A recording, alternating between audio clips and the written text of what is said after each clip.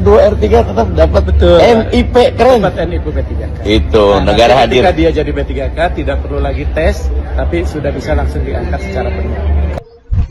Kabar gembira, tenaga honorer R2, R3 sudah pasti dapat NIP P3K dengan ketentuan Menpan RB. Ini ada informasi yang satu lagi teman-teman semua.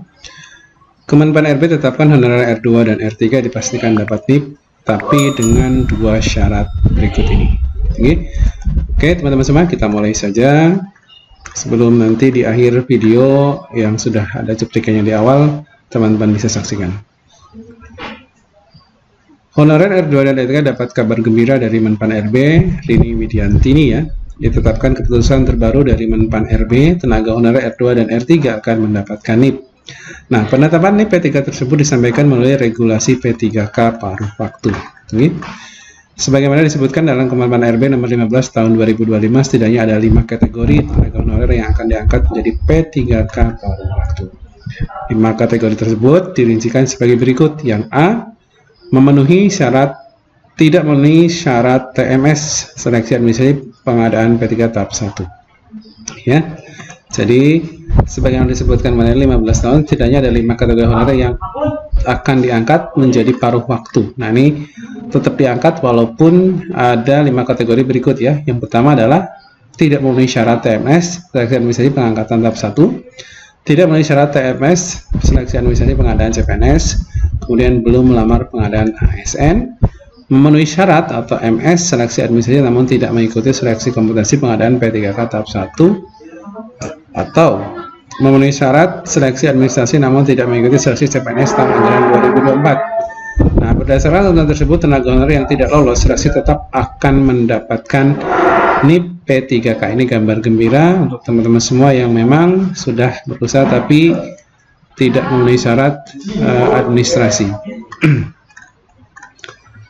Hal tersebut tentunya akan menjadi kabar gembira bagi honorer R2 dan R3, di mana R2 adalah honorer dengan database BKN ya, kemudian R3 adalah honorer yang minimal sudah mengabdi 2 tahun.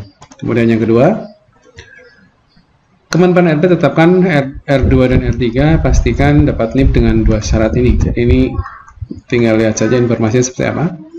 Sebelumnya perlu diketahui kategori R2 adalah tenaga honorer 2 atau THK 2 berdasarkan Kemenpan RB nomor 347 tahun 2024, sedangkan kategori R3 adalah honorer atau pegawai ASN database terdata BKN berdasarkan Kemenpan RB nomor 347 tahun 2024. Nah, R3 ini sebenarnya kalau boleh saya luruskan, ini yang belum terdata di database BKN ya, cuma dia sudah minimal mengabdi 2 tahun di instansi pemerintah. Yang terdata di dalam database BKN adalah yang X kategori 2 teman-teman semua.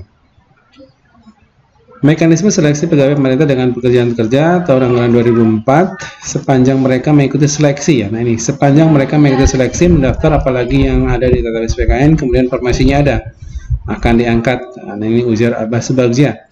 Yang dimaksud pernyataan Abah di atas adalah tenaga honorer R2 dan R3 dalam pengangkatan P3K. Kalau formasinya memang tersedia, dia akan menjadi P3K, tapi kalau tidak ada, maka dia akan menjadi P3K paruh waktu. Tambahnya, kesimpulannya, tenaga honorer R2 dan R3 yang telah dijelaskan di atas dipastikan dapat NIP dengan syarat yaitu dipastikan honorer bersangkutan mengikuti seleksi, dan pertama adalah mendaftar dahulu. Yang kedua, kalau ada formasi yang tersedia di instansi maka akan diangkat penuh waktu. Kalau tidak ada formasi maka menjadi paruh waktu. Kemudian R2 dan R3 tetap mendapat NIP ya. Nah, ini keren. Seluruh anggota Komisi 2 DPR ini mendampingi Abah Subagja pada kesempatan tersebut. Dengan adanya kepastian tersebut maka honorer R2 dan R3 dipastikan dapat NIP dan diangkat. Demikian penjelasannya. Ini agak bertentangan dengan berita yang pertama ya. Jadi kalau berita pertama itu dia tetap dapat NIP walaupun tidak mengikuti seleksi, walaupun tidak lulus administrasi ya, walaupun tidak mendaftar. Tapi kalau yang berita ini bagi mereka yang jelas mendaftar. Jadi mudah-mudahan ini nanti ada sinkronisasi di mana tentunya ada yang lebih jelas lagi berkaitan dengan ini. Tapi yang pasti tentunya yang akan diangkat lebih dahulu adalah mereka yang sudah daftar dan mengikuti tahapan atau rentetan tes dan sebagainya. ya. Jadi mudah-mudahan dua kabar ini nanti akan ada kejelasan lebih lanjut. Jadi honorer yang mungkin TMS ya tidak memenuhi syarat nanti akan ada tindak lanjut lebih baik. Mudah-mudahan kedua-duanya nanti akan terangkat semua. Selamat siang. Lagi ketemu Pak Abah. Gimana R2 R3? Prinsipnya kan sepanjang mereka mengikuti seleksi, mendaftar, ya apalagi yang ada dalam database, kemudian formasinya ada, kan tetap ada kekhawatiran memang dari teman-teman, tapi sesungguhnya kalau formasinya memang tersedia dia akan menjadi P3K, tapi kalau tidak ada maka dia akan menjadi P3K paruh waktu sebagai masa transisi dan tetap diberikan nomor induk P3K.